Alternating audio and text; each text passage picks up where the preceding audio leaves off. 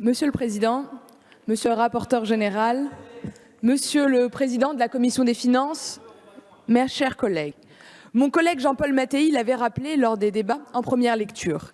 Il y a actuellement un écart de 14 points entre l'imposition des entreprises établies en France et celle des géants du numérique, alors que même les premières créent des emplois sur nos territoires et ne sont pas délocalisables. Anatole France disait « La justice est la sanction des injustices établies ». Cette injustice entre les entreprises de notre quotidien, les entreprises de nos territoires et ces géants du numérique sera demain, avec ce texte, un petit peu moins grande. Ce texte répond donc à la fois à un besoin de justice fiscale et à un besoin d'équité entre nos entreprises. Il permettra de financer, entre autres, des services publics dont nous avons besoin. Le projet de loi que nous apprêtons à adopter est novateur d'un point de vue juridique. D'abord, dans un premier temps, il permet d'anticiper l'adoption d'une directive européenne défendue par la France et que nous attendons. Nous espérons d'ailleurs qu'elle soit adoptée d'ici 2021. Deuxièmement, il tend à introduire un nouveau critère objectif dont la validité a été reconnue par le Conseil d'État dans son avis, à savoir la taxation des bénéfices réalisés sur un consommateur fournisseur de valeur situé en France. C'est l'origine territoriale de la création de valeur qui sera un critère d'imposition.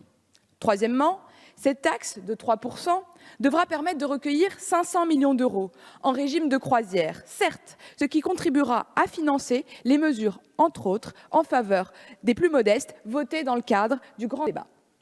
Nous saluons ici le travail constructif réalisé lors de la navette parlementaire avec nos collègues du Sénat, ainsi que lors de la commission mixte paritaire qui a été conclusive.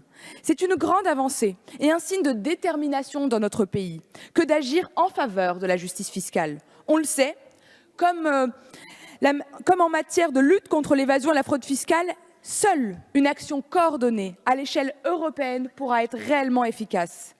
Mais c'est aussi de notre responsabilité, de la responsabilité de notre pays, que de montrer l'exemple et de montrer et de prouver notre détermination. Alors que se poursuivent encore des négociations internationales. Sans être toutefois naïf, cette seule taxe ne suffira probablement pas si elle n'est pas accompagnée d'un travail de négociation régulier et permanent avec nos partenaires, comme le montre l'exemple de la taxe sur les transactions financières, Monsieur le Ministre, toujours au point mort au niveau européen. Je relayerai enfin ici l'interrogation exprimée par notre collègue Jean-Paul Mattei quant à l'article 1er bis A, pour être plus exact, prévoyant un rapport du gouvernement en cas d'absence de notification de cette taxe à la Commission sur le motif de non-notification.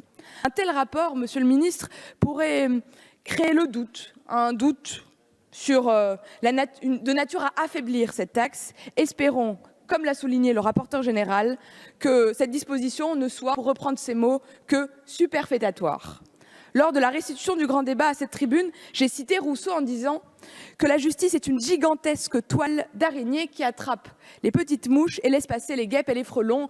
Mes chers collègues, nous allons désormais pouvoir attraper quelques guêpes, peut-être même quelques frelons, grâce à cette nouvelle taxe. Et c'est pourquoi le groupe Modem et Apparentés soutiendra pleinement ce texte, étape importante vers une fiscalité plus juste. Je vous remercie.